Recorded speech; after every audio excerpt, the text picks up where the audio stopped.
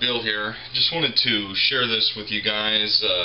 I'm going to be presenting a few exercises and some weightlifting stuff and some things you can do to enhance your overall anaerobic and tendon power conditioning to enhance your Kung Fu. So basically what I want to share with you is just a basic practice that I feel like everybody should know, but very few people do. Okay.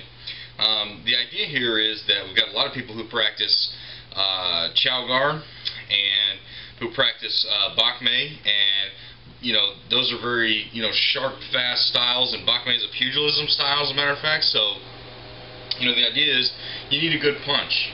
Okay, you need a good strike, a good stroke, and you've got all manners of posture to create Jing inside those styles. But what we really need is we need force production.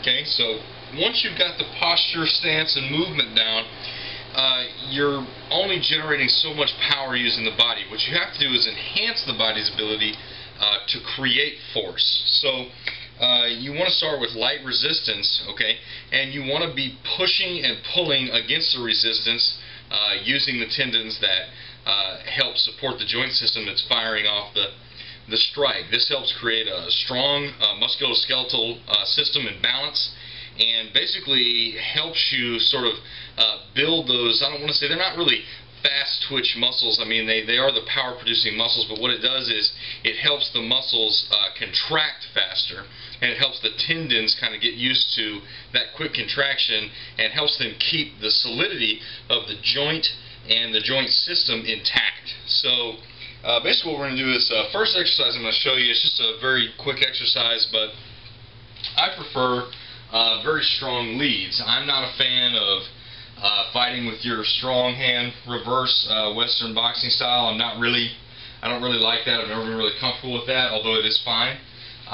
Basically what I'm going to show you is just take a little medical band or a stretch band here. You can get them all kinds of strengths and lengths, and you can even get tubing as well. And you want to tie it around something pretty solid. I've got it around my door. I like this because it helps keep my shoulder back whenever I strike. You don't need it to be a loop, so what you do need to do though is wrap it around your hand so you can get a good grip, okay? And so it's pulling against your arm, okay? So basically what you want to do is you want to wrap your hand around here, and you want to get a good grip, and then you want to move to a good point of tension. It doesn't need to be a ridiculous amount of tension, because you still need to be able to fully extend your arm, okay?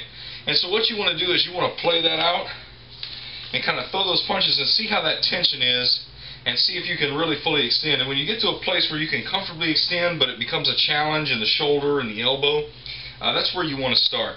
And what you want to do is, when you throw your punch, you want to get the correct posture, you want to get the correct foot movement, but we're only going to go one step, okay? And we're going to punch. And you want to start slow, because if you haven't done this, it might kind of irritate your joints a little at first because they're not used to doing this. But you want to start slow, see how you can press against the tension, see how effectively you can punch or move. Then you want to add your footwork and begin punching and pulling on this thing with your body, okay? Good. Now you want to just increase the speed, okay?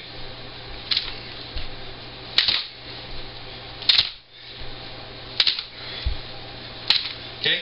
And basically what you're doing at this point is you're developing the joint systems in your elbow, and especially your shoulder and your rotator cuff, okay?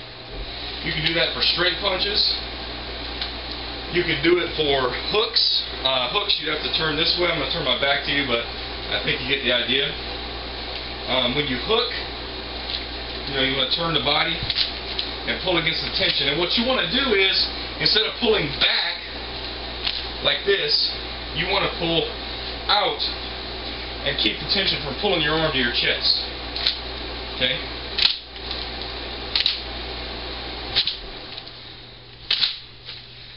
Alright, so just an easy exercise using a simple stretch band. I know it seems basic, I know it seems like, oh Bill, I won't need that, but trust me, if you want to improve your punch power, this is a solid way to do it. So get you a stretch band or get some surgical tubing, wrap it around your hand, and begin punching. And use greater tension over time. You can get greater tension on these, greater strengths, and trust me, after about 6 weeks, you'll notice a difference in your punching power and your speed. So just do this simple exercise, about 50 repetitions a day of whatever punch you choose. Do it on both sides, and you'll see a difference in no time. So this is the first one I'm going to share with you guys. Okay? Thanks.